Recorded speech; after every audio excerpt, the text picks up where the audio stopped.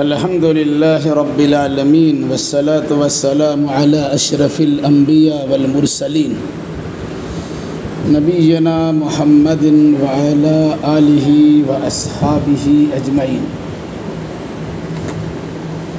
أعوذ بالله من الشيطان الرجيم. بسم الله الرحمن الرحيم.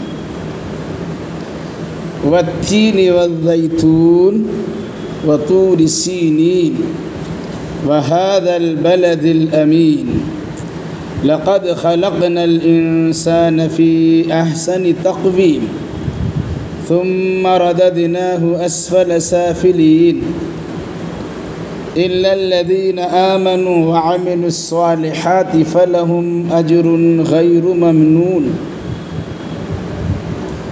فما يكذبك بعد بالدين أليس اللہ بأحکم الحاکمین. اس سورہ کا نام ہے سورہ تین. تین سے مراد انجیر. لفظ التین اس سورہ کی پہلی آیت کا پہلا لفظ ہے. اسی مناسبت سے اس سورہ کا نام سورہ تین رکھا گیا. یہ سورہ مکی ہے اور مضمون سے اندازہ ہوتا ہے کہ سورہ کا نزول مکہ کے ابتدائی دور میں ہوا ہے. مکہ کے شروعاتی دور میں یہ سورہ نازل ہوئی. اس سورہ کا مرکزی مضمون ہے انسان کو اس کا مقام و منصب یاد دلا کر اللہ کی بندگی سے رشتہ ناتا جوڑنا تاکہ آخرت کی سرخروئی اور کامیابی میسر ہو سکے.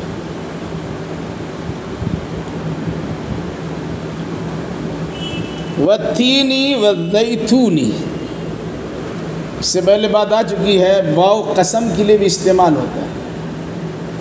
عام طور سے واو اور کے معنی میں، لیکن قرآن میں واو قسم کے لیے استعمال ہوئی. اسے والضحیٰ واللیل والنہار والفجر والعصر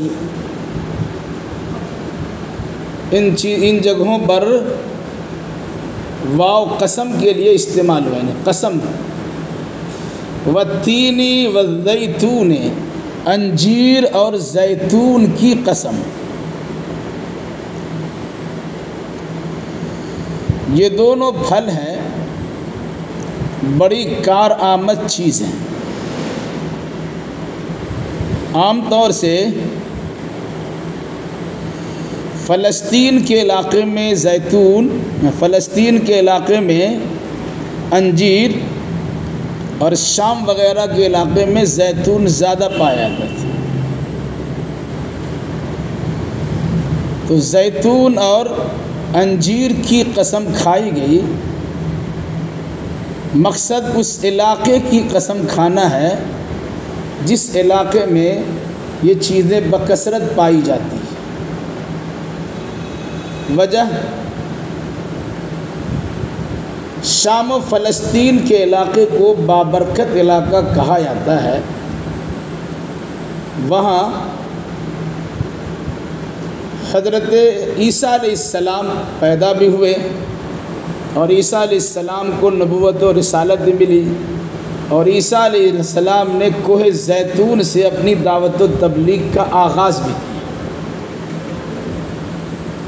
گویا عیسیٰ علیہ السلام کے جو ماننے والے لوگ ہیں ان کو یاد دلایا گیا کہ تم لوگ جب عیسیٰ علیہ السلام پر ایمان لا سکتے ہو تو محمد صلی اللہ علیہ وسلم پر ایمان کیوں نہیں لاتے. یہ بتانا بھی مقصود ہے کہ جس علاقے میں تمہارے نبی جنم لیے اور نبی اور رسول بنائے گئے اس علاقے کا ادب و احترام تمہاری نگاہ میں زیادہ ہے. وہ قابل احترام بستی کہلاتی ہے.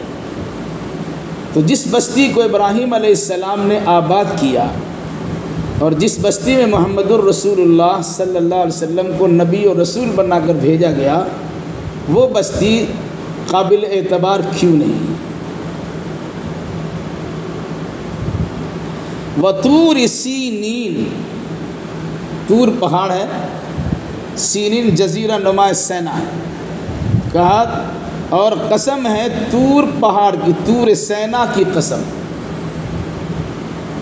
زیتون انجیر کی قسم، یعنی فلسطین و شام کی قسم جس کی عزت و احترام تم کرتے ہو، جہاں عیسیٰ علیہ السلام کو نبی اور رسول بنا کر بھیجا گیا، اسی طرح وطور سینین، طور سینا کی قسم،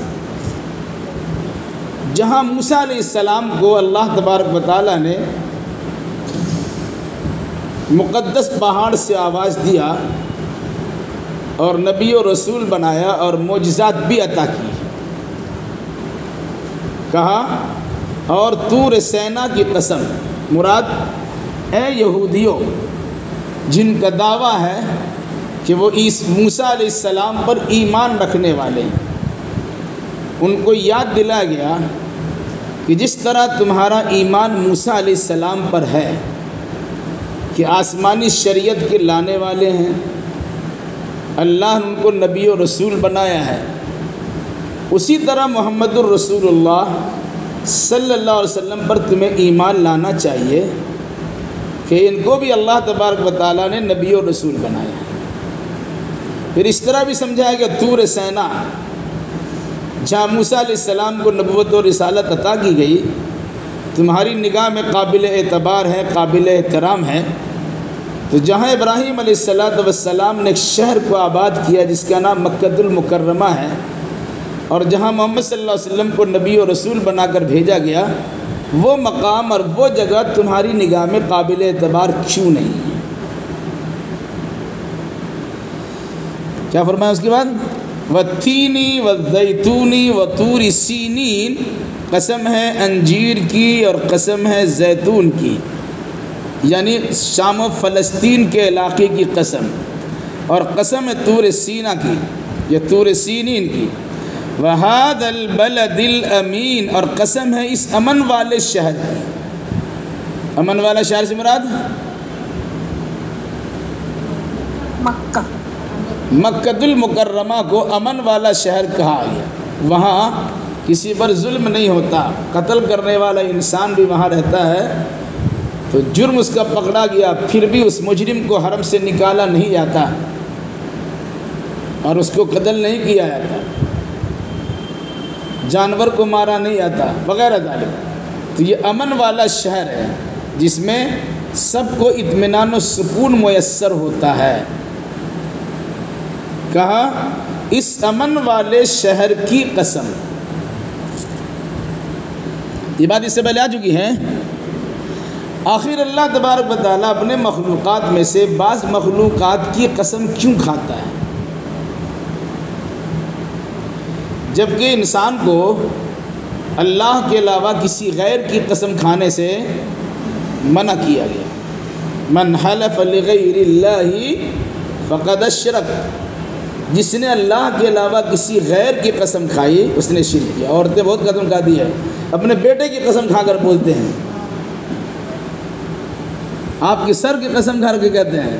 یاد رکھیے گا اس قسم کے جملے جو عام طور سے عورتیں نکالتی ہیں اس سے ہوشیار رہنا چاہیے، اس سے یا تو شرک ہوتا ہے کفر ہوا ہے۔ تو قسم کس کی کھانی چاہیے؟ صرف اللہ کی۔ اللہ کی۔ اولاً تو بات بات پر قسم کھانا نہیں چاہیے، اگر قسم کھانے کی ضرورت ہی پیش آ جائے تو صرف اللہ کی قسم کھائی جائے۔ رہا معاملہ اللہ کا تو اللہ اپنے بندوں میں سے کسی بندہ اور اپنی مخلوق میں سے کسی مخلوق کی قسم کھا سکتا ہے۔ وجہ اس کی کہ شریعت کے احکام کے قانون سے جکڑا ہوا اللہ نہیں ہے، وہ تو قانون ساز ہے، قانون بنانے والا، شریعت دینے والا ہے، وہ شریعت کی پابندی اس پر نہیں ہے، وہ حکم دینا اللہ تبارک و تعالیٰ کا کام ہے۔ اس لیے اللہ تبارک و تعالیٰ کسی چیز کی بھی قسم کھا سکتا ہے۔ اور اگر اللہ قسم کھاتا بھی ہے تو قسم کھانے کا مقصد یہ نہیں کہ وہ چیز اللہ کی نگاہ میں بہت بڑی ہے، بلکہ اللہ کے قسم کھانے کا مقصد یہ ہوتا ہے کہ یہ چیزیں انسان کی نگاہ میں بڑی ہیں اور ان چیزوں سے انسان کا سابقہ پیش آتا رہتا ہے، ان چیزوں سے انسان کا مفاد اور اس کے فائدے جڑے ہوئے ہیں۔ اس کی قسم کھا کر انسان کو یاد دلایا جا رہا ہے کہ تم اس کی تعظیم کرتے ہو، اس کا احترام کرتے ہو، تم اس سے یہ فائدے اٹھاتے ہو، اس چیز کی قسم کھا کر تمہیں یاد دلایا جاتا ہے یہ ساری چیزیں اللہ تبارک و تعالیٰ کی دی ہوئی ہیں اور تم بھی اللہ کی مخلوق ہو، ساری چیزیں تمہاری خدمت میں لگی ہوئی ہیں، تمہیں اللہ کی جانب سے عطا کردہ ان تمام چیزوں سے فائدہ اٹھاتے ہوئے اللہ کا شکر گزار ہونا چاہیے، ناشکری نہیں کرنا چاہیے۔ یاد دلائے گا، قسم ہے انجیر کی اور زیتون کی، اور قسم ہے طور سینین کی، اور قسم ہے بلد امین امن والا شہر مکۃ المکرمہ کی۔ کس بات پہ قسم کھائی؟ لقد خلقنا الانسان فی احسن تقویم، یقیناً ہم نے پیدا کیا انسان کو بہترین شکل و صورت میں۔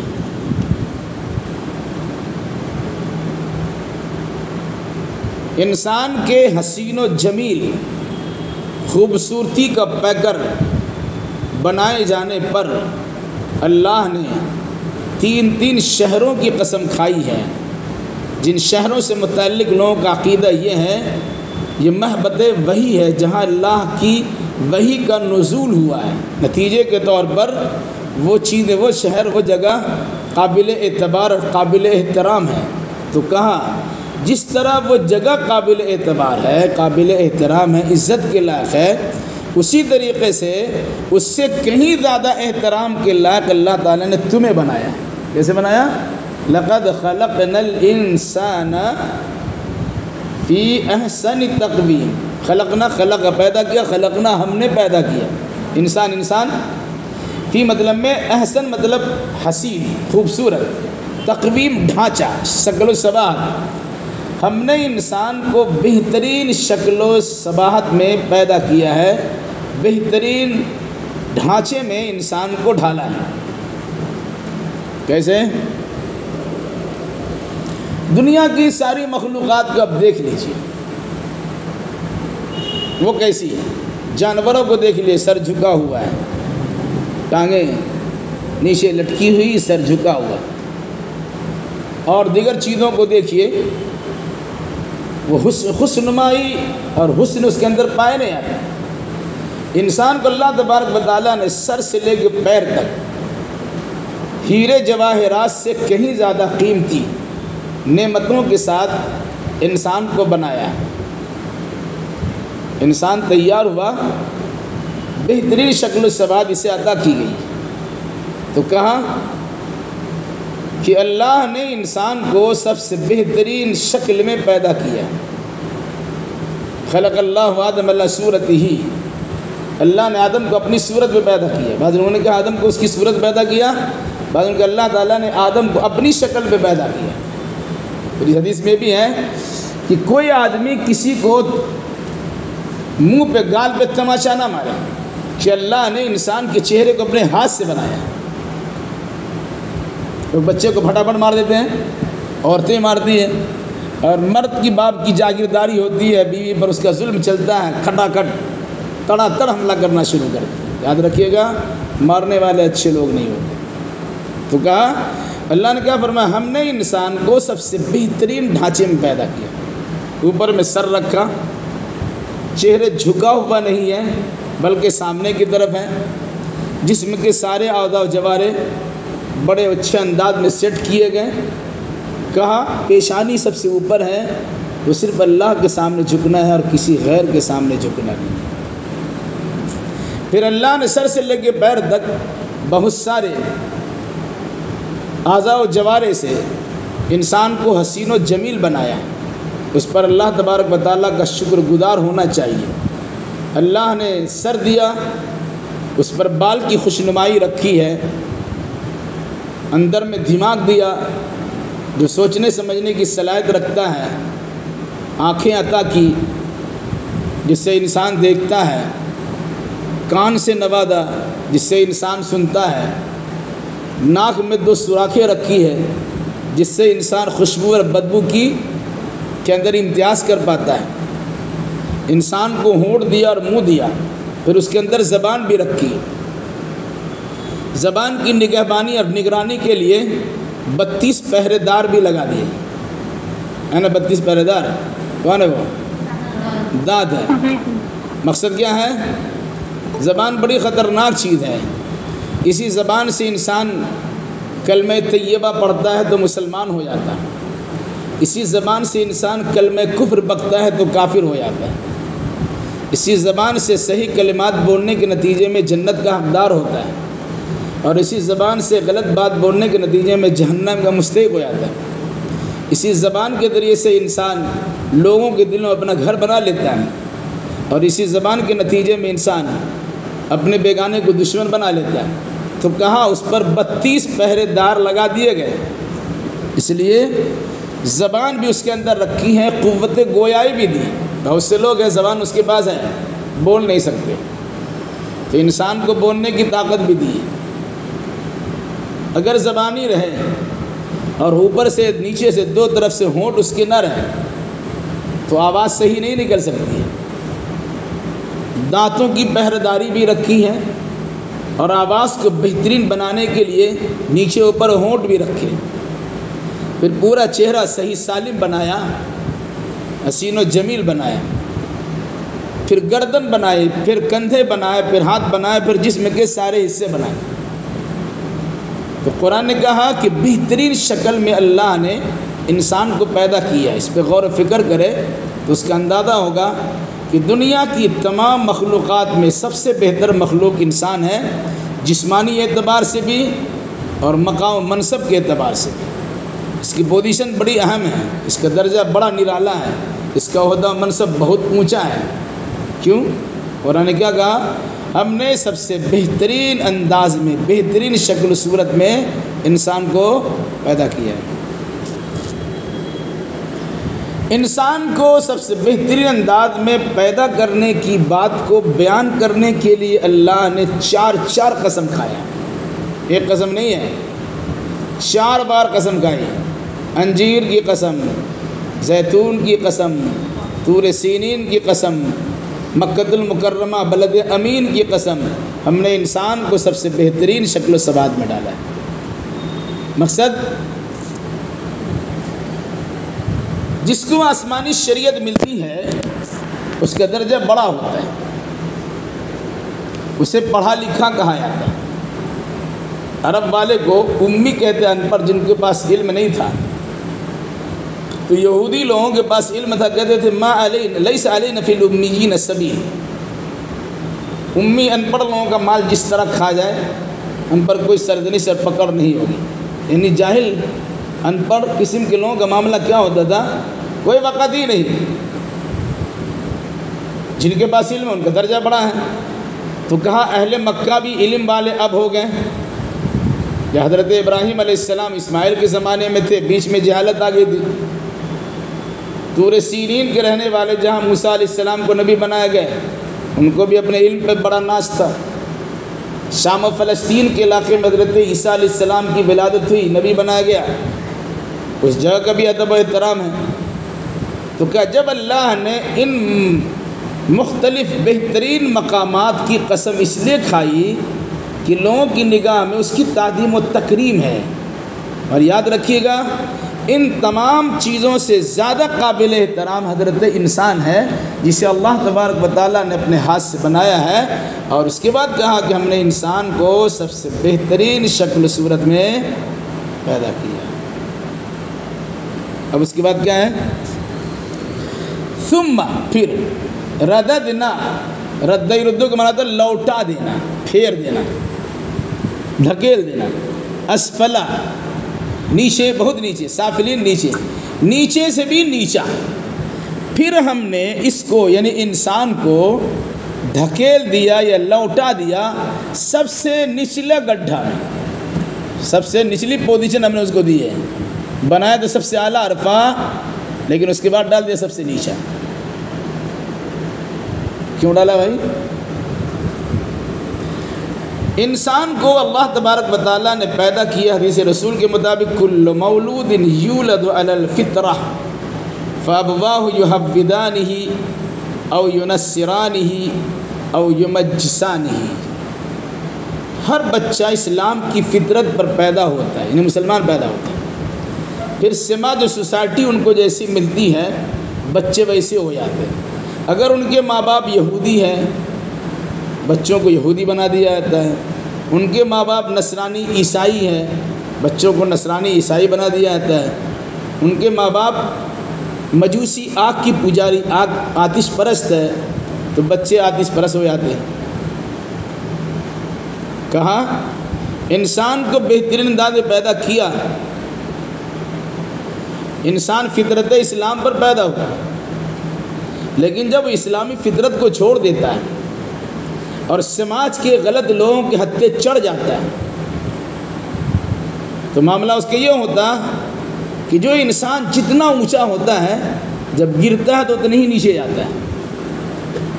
کوئی انسان پہاڑ کی چوٹی پر گرے گا تو بیچ میں رکنے کا نام نہیں ہے، وہ لڑکتے پھر نیچے ہی چلا جاتا ہے۔ تو انسان کو سب سے اعلیٰ عرفہ مقام دیا گیا، لیکن جب اس نے اعلیٰ عرفہ مقام، اونچے مقام کی قدر نہیں کی اور جب گرنے پر مجبور ہوا تو ایسا گرا کہ سب سے نیچے چلا گیا۔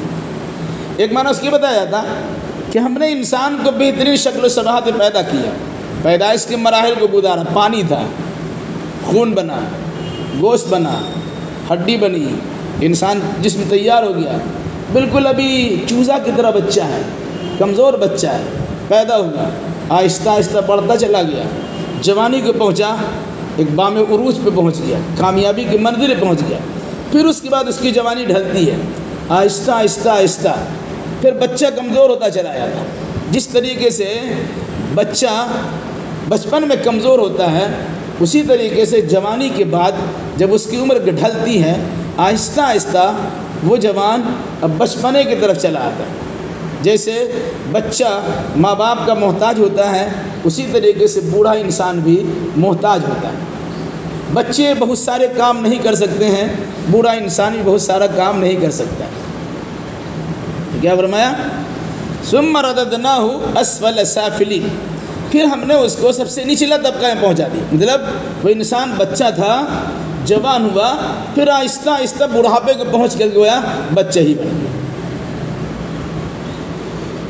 تیسرا معنی کہ جو انسان اپنا تشخص کو برقرار نہیں رکھتا، اپنے مقام منصب کو پہچانتا نہیں ہے، جو اعلیٰ درجہ اس کو دیا گیا تھا اس درجے کی وہ قدر نہیں کرتا ہے، اسلام جیسی نعمت سے نوازا گیا وہ اسلام کے خلاف کام کرتا ہے، ان نعمتوں کے ملنے پر ان کو شکر گزار ہونا چاہیے، یہ ناشکری کے کام کرتا ہے، تو اس کا انجام کیا ہوتا؟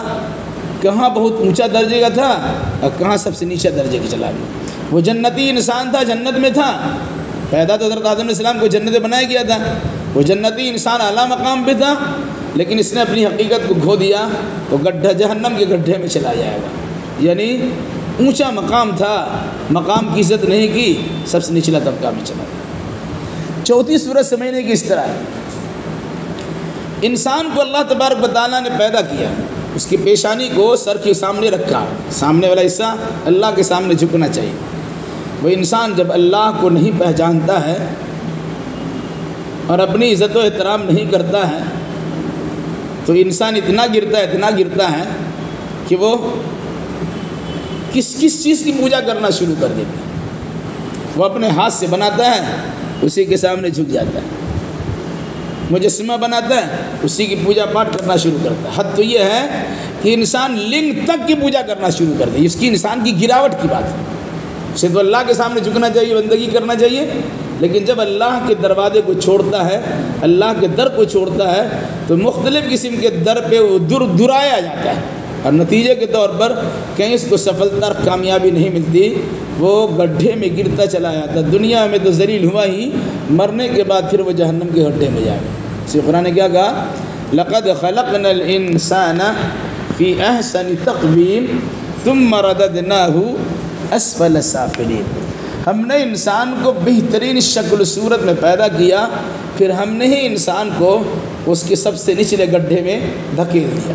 یعنی جب وہ عزت و احترام کے لائق تھا، اللہ نے عزت و احترام بخشا، لیکن جب وہ عزت و احترام کے لائق نہیں ہوا، دھکے دے کر کے اسے ایک تو جہنم کی طرف گرا دیا گیا، اس کے علاوہ بڑھاپے کی طرف لے جایا گیا، اس کے علاوہ دین و شریعت سے بے خبر بنا کر غیر شرعی کاموں میں اس کو الجھا دیا گیا، جہاں اچھی تعریف ہو سکتی تھی وہاں برائی سے وہ دوچار کر دیا۔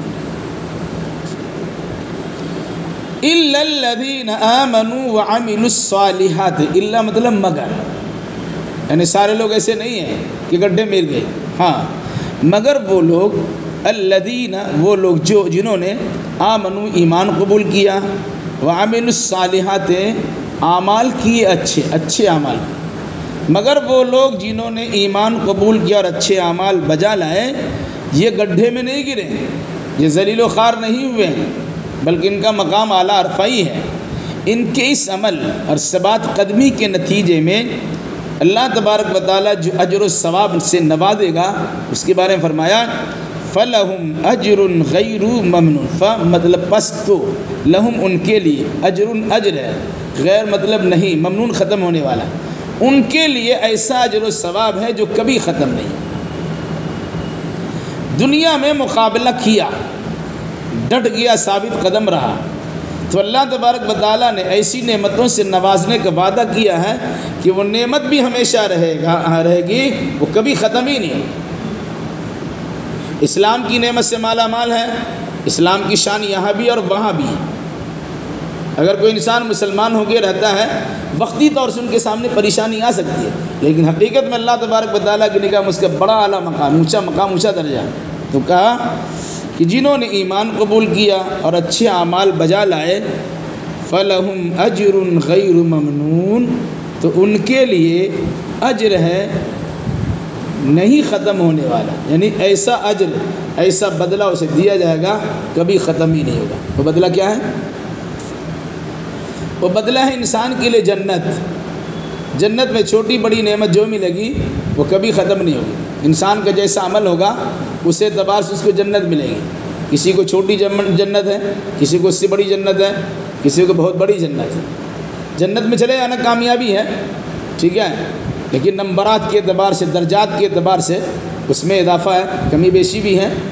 تو جو انسان ایمان پر ثابت قدم رہا اور پیدا کرنے والے خالق کو پہچانتا رہا، اس کی عبادت میں کسی کو شریک نہ کرتا تھا، تو اللہ تبارک و تعالیٰ نے اسے ایمان پہ ثابت قدم رکھنے کے نتیجے میں اعلیٰ و عرفہ مقام عطا فرمایا۔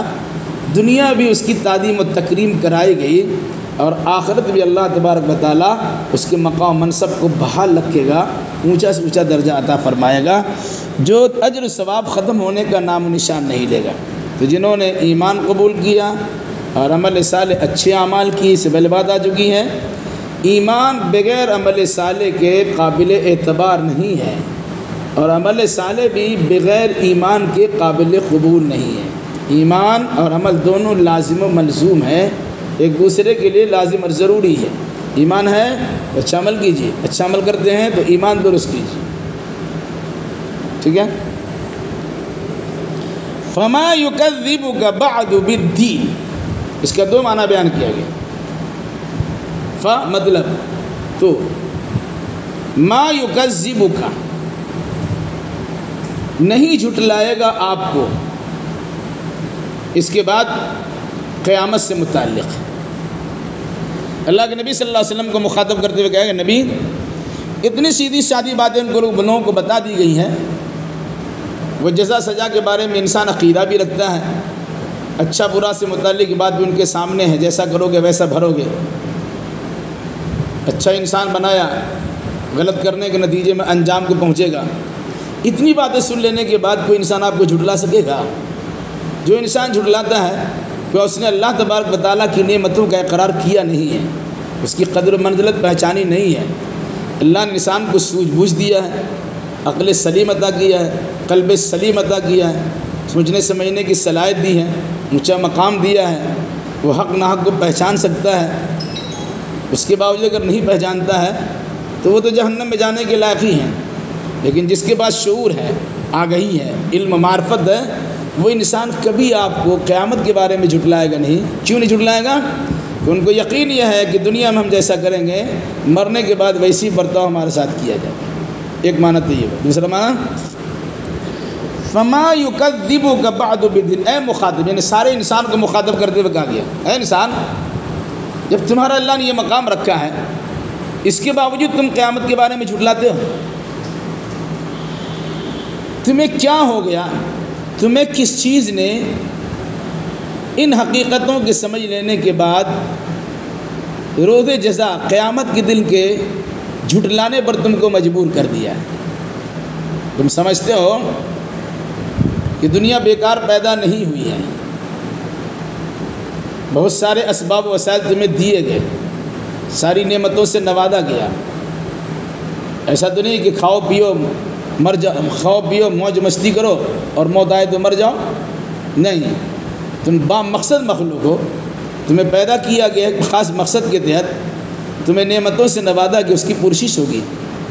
اگر تم ان چیزوں کو فائدہ اٹھاتے ہو، ان چیزوں سے فائدہ اٹھاتے ہو، پھر بھی تم قیامت کا انکار کرتے ہو، تو کس چیز نے تمہیں ان نعمتوں کے پا لینے کے بعد بھی قیامت کے دن کے انکار کرنے پر آمادہ کیا؟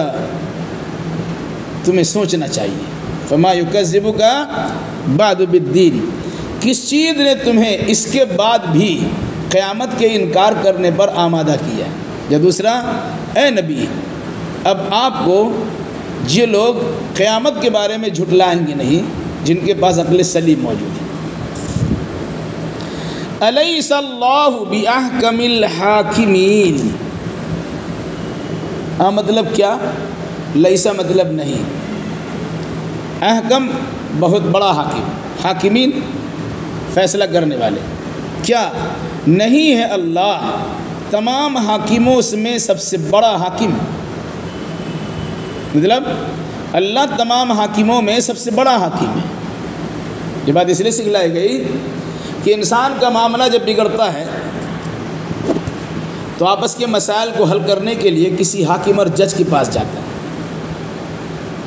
اس کا اعتقاد یہ ہوتا وہاں جائیں گے تو ہمیں انصاف مل جائے گا، جیسا ہم ہیں ہمارے ساتھ برتاؤ ویسی ہوگا، ہم پر کسی نے ظلم کیا ہے تو ظالم کو اس کے ظلم کی سزا ضرور ملے گی، اور چونکہ ہم عدل و انصاف والے ہیں، صحیح ہیں، ہمیں صحیح فیصلہ ملے گا، انصاف ملے گا۔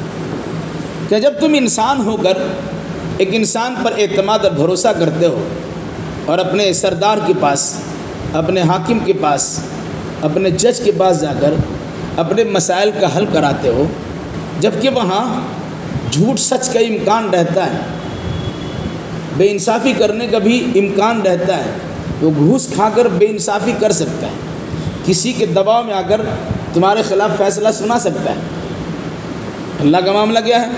اللہ کے دودھ کا دودھ اور پانی کا پانی فیصلہ ہوگا۔ اللہ تمام حاکموں میں سب سے بڑا حاکم ہے، جتنا بھی فیصلہ کرنے والے ہیں ان تمام فیصلہ کرنے والوں کو تو پیدا کرنے والا ہے، فیصلہ کرنے کا صحیح شعور بھی دینے والا ہے۔ اب اگر کوئی انسان ناجائز اس کا استعمال کرے اور نتیجے کے طور پر گھوس کھا کر، رشوت لے کر، کسی سے ڈر کر، کسی کی چاہت میں غلط فیصلہ کر دے تو اس کی بات ہے، لیکن اللہ کے بارے میں ایسا سوچو کہ اللہ کسی کا مجبور نہیں ہے کہ اس کو گھوس لینا پڑ جائے، کسی سے ڈر نہیں ہے کہ اس سے ڈر کے دباؤ میں آ کر کے فیصلہ کرنا پڑے۔ اللہ کسی سے ایسی چاہت بھی نہیں رکھتا ہے اس کی محبت میں جا کر کے غلط فیصلہ کر دے۔ اللہ کا سارا فیصلہ مبنی پر حقیقت ہے اور مبنی پر عدل و انصاف ہے۔ اس لیے کہا کیا اللہ تمام حاکموں میں سب سے بہتر حاکم، تمام فیصلہ کرنے والوں میں سب سے بہتر فیصلہ کرنے والا نہیں ہے؟ بلہ ہے۔ بلہ جب اللہ تبارک و تعالیٰ سب سے بہتر فیصلہ کرنے والا ہے تو تمہیں سوچنا چاہیے کہ اس اللہ نے تمہیں پیدا کیا، بہترین شکل و صورت میں پیدا کیا، اس اللہ نے تمہاری زندگی گزارنے کے لیے بہت سارے اشیاء، سامان عطا کیے، اس اللہ نے تمہاری رہائش کے لیے خاص اعلیٰ درجے کے مقامات اور مکان اور جگہ بھی عطا کر دیا۔ پھر اس اللہ نے تمہیں آخرت کی پشیمانی اور پریشانی سے بھی ڈرایا، تمہیں تمہارا وجود یاد دلا کر قسمیہ انداز میں یہ کہا کہ ہم نے تمہیں اپنے ہاتھ سے بڑے اچھے انداز میں پیدا کیا ہے، مقصد یہ ہے کہ تم اچھا ہی بن کے رہو، تاکہ دنیا میں جیسا کام کرو گے مرنے کے بعد جب ہمارے پاس آؤ گے تو تمہاری شکل و صورت ہی نہیں بلکہ تمہارے کام کاج اور تمہارے نیت اور خلوص و اخلاص کی بنیاد پر تمہارے ساتھ اچھا بدلہ ہوگا اور اچھا برتاؤ کیا جائے گا۔ اب اگر تم اس کے برخلاف کرو گے، ایمان کی جگہ پہ کفر کرو گے، اچھے اعمال کی جگہ پہ برے اعمال کرو گے، جنتی بننے کے بجائے جہنمی بنو گے، اونچا مقام حاصل کرنے کے بجائے ذلت و خواری کے گڈھے میں گرنا چاہو گے تو تم گر سکتے ہو، تمہارا معاملہ ہے۔ اللہ تبارک و تعالیٰ اور اس کے رسول نے تمہارے سامنے صحیح راستے دکھلا دیے اور کہہ دیا اس راستے پہ چلو گے تو کامیابی ملے گی، اس راستے پہ چلو گے ناکامی ملے گی۔ دین و ایمان پر قائم رہو گے، اجر و ثواب ایسا ملے گا جو کبھی ختم ہونے والا نہیں ہے، اس پر تم قائم نہیں رہو گے تو عذاب سے ایسے دو چار کی جاؤ گے کہ ذلت و خواری میں تمہاری زندگی گزر جائے گی۔ اس لیے یاد رکھو، آخرت کے معاملے کو جھٹلاؤ مت، وہاں اللہ تبارک و تعالیٰ کی تمہاری پیشی ہوگی اور ذرہ ذرہ کا حساب ہوگا، جو جیسا ہوگا ویسا اس کے حق میں فیصلہ سنایا جائے گا، کیونکہ اللہ تبارک و تعالیٰ تمام حاکموں میں سب سے بہتر حاکم اور تمام فیصلہ کرنے والوں میں سب سے بہتر فیصلہ کرنے والا ہے۔ اس سورہ میں بطور خاص انسان کو 4 قسم دے کر 3 شہروں اور 3 قابل احترام مقامات کو یاد دلا کر انسان کی تخلیق کو اور اس کی پیدائش کی گھڑی کو یاد دلایا ہے۔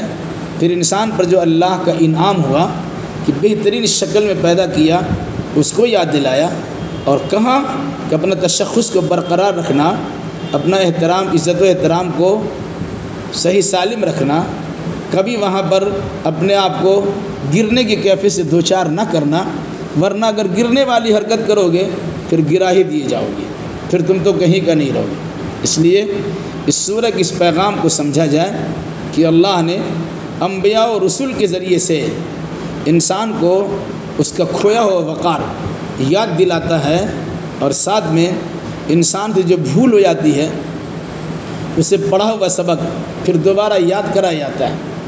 وہ وعدہ جو انسان اللہ سے کر چکا ہے کہ الہی تیرے ساتھ کسی کو شریک نہیں کریں گے، الم عہد علیکم یا بنی آدم اللہ تعبدوا الشیطان، انسان سے اللہ نے یوم الست میں عالم ارواح میں وعدہ لیا تھا کہ میں تمہارا رب نہیں ہوں۔ سب نے کہا تھا قالوا بلا شہیدنا الہی، ہاں تو ہمارا رب ہے، ہم گواہی دیتے ہیں۔ تو اللہ نے کہا اور شیطان سے ہوشیار رہنا، شیطان تمہارا ازلی دشمن ہے، تمہارے اس مقام و منصب کو شیطان گوارا نہیں کر سکے گا، گرانے کی بھرپور کوشش کرے گا، اس سے ہوشیار رہنا۔ تو اللہ نے انسان کو پیدا بھی کیا، اپنی معرفت بھی بخشی، ازلی اور بڑا دشمن کی پہچان بھی کرا دی، عبادت پر قائم دائم رہنے کا حکم بھی دیا، اور ساتھ ساتھ کہا جیسا کرو گے ویسا بھرو گے، اچھا رہو گے تو اچھا بدلہ ملے گا، برا رہو گے تو برا بدلہ ملے گا، اب تمہارا معاملہ تم سمجھو۔ اللہ سے دعا کریں الہ العالمین ہم تمام مسلمانوں کو اس سورہ کی روشنی میں صحیح عقیدہ و اعمال بجا لانے کی توفیق مرحمت فرمائے، اور اپنا مقام منصب جاننے کی توفیق عطا فرمائے۔ اقول قولی ھذا واستغفر اللہ لی ولکم ولسائر المسلمین، وآخر دعوانا ان الحمد للہ رب العالمین۔